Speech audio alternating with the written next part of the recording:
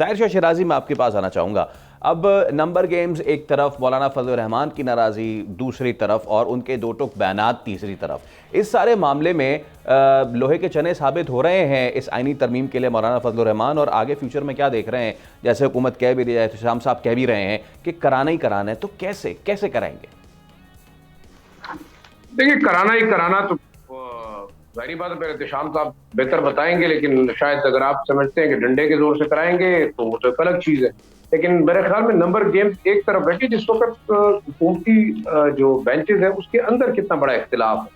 مشاہد حسین صاحب کو میں سن رہا تھا، وہ کہہ رہے تھے کہ جناب ہمیں تو یہ لگ رہا ہے کہ چوری چھپے کوئی کام کرنا چاہ رہے ہیں. اس وقت حکومت خود جو ہے وہ انتشار کا شکار نظر آتی ہے، اسے خود سمجھنی پڑ رہی.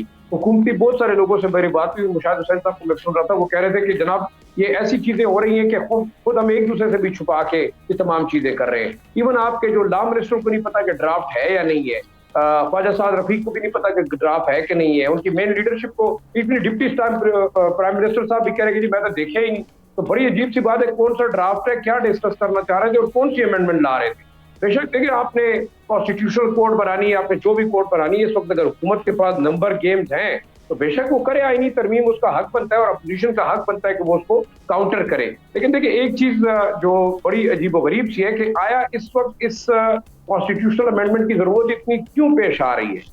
وجہ کیا ہے؟ پیپلز پارٹی کو کیوں ضرورت ہے اور پی ایم ایل این کو کیوں ضرورت ہے؟ اگر صرف اور صرف اقتدار برقرار رکھنا ہے، کچھ من پسند لوگوں کو اعلیٰ عہدوں کے اوپر ایکسٹینشن دینی ہے، تو یہ ایک الگ بات ہے. یہ تو میرے خیال میں وہی چیز ہوئی کہ جو کام ہم کہہ رہے تھے کہ جناب تحریک انصاف نے غلط کیا، اس سے پہلے پی ایم ایل این نے غلط کیا، پھر پیپلز پارٹی نے غلط کیا، اور اب جو ہے وہ پی ڈی ایم کی حکومت پیپلز پارٹی اور جو پی ایم ایل این دونوں مل کے کر رہی ہے. لیکن پی ایم ایل این کے اندر اوپن اختلاف ہے. جو میری بات چیت ہوئی ہے، بہت سارے جو کہتے ہیں میاں صاحب کے گروپ کے سینئر لیڈرز ہیں، ان کا یہ کہنا ہے کہ وہ کسی صورت میں بھی اس چیز کو جو ہے وہ حمایت نہیں کریں گے، اور یہ ایک اوپن بالکل چیلنج ہوگا شہباز شریف صاحب کے لیے خود بھی. بے شک وہ اگر کہہ رہے ہیں کہ 2 اسپیکر سے خط لکھے، لیکن کے پی کے اسمبلی کے اسپیکر سے بھی خط لکھ دیا کہ جناب یہ جو 41 سیٹیں آپ ہمیں دیں کیونکہ سپریم کورٹ نے ہمیں دی ہیں. آخری جو بڑی امپورٹنٹ چیز ہے وہ یہ ہے کہ عوامی نیشنل پارٹی نے بھی انکار کر دیا کہ جناب ہم کسی غیر آئینی اور غیر جمہوری جو امینڈمنٹ ہے اور حکومت کی مرضی کی جو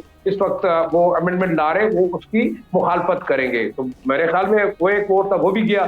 مینگل صاحب جو ہے وہ بڑے کسی صورت میں شاید راضی نہیں ہوں گے. تو کیسے نمبر گیم پوری ہوگی، یہ ایک سوال ہے. ایک چیز جو بڑی اہم ہے پاکستان کی جو سیاست ہے اس کے اندر، اگر آپ اپنی مرضی سے عدالتوں کو اپنے تابع کر رہے ہیں، اگر آپ اپنی مرضی سے عدلیہ کو اپنے تابع کرنے کی کوشش کر رہے ہیں، تو میرے خیال میں یہ کسی بھی قسم سے جو ہے وہ جمہوری نظام کا جو ہے وہ ایک اچھی مثال نہیں ہے. اور پہلے بھی لوگ اب پہ انگلیاں اٹھا رہے ہیں کہ جناب الیکشن انجینئر تھے، فارم 47 کی حکومت ہے، تحریک انصاف پہلے ہی لڑ رہی ہے، جوڈیشل جو الیکشن ٹریبیونلز ہیں وہ ان کے کیسز کے فیصلے نہیں کر رہے. تو ہم دنیا کو کیا بتانا چاہ رہے ہیں؟ کیا ہم سمجھتے ہیں کہ یہ ایک آٹوکریٹک نظام ہے؟ پہلے بھی ہم جمہوری نظام سے ایک آٹوکریٹک فارم آف گورنمنٹ پہ چلے گئے ہیں. یہ ہائبرڈ نظام جس طریقے سے آپ اس ملک کے اندر آپ امپلیمنٹ کرنا چاہ رہے ہیں، یہ مزید جمہوریت کو کھوکھلا کرے گا اور جمہوری نظام کو مزید ڈیریل کرے گا.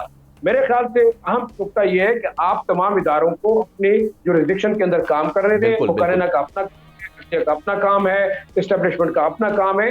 جب تک یہ ادارے آپس میں کانفلکٹ میں رہیں گے، اور اگر وہ ذاتی اختلاف کی وجہ سے کانفلکٹ میں آ رہے ہیں، میرے خیال میں نقصان پاکستان کا ہے، اس کی اکانومی کا ہے، اس کی ڈیموکریسی کو ہے، اس کے اوور آل اسٹرکچر کو میرے خیال میں اس وقت بہت بڑا خطرہ لاحق ہے.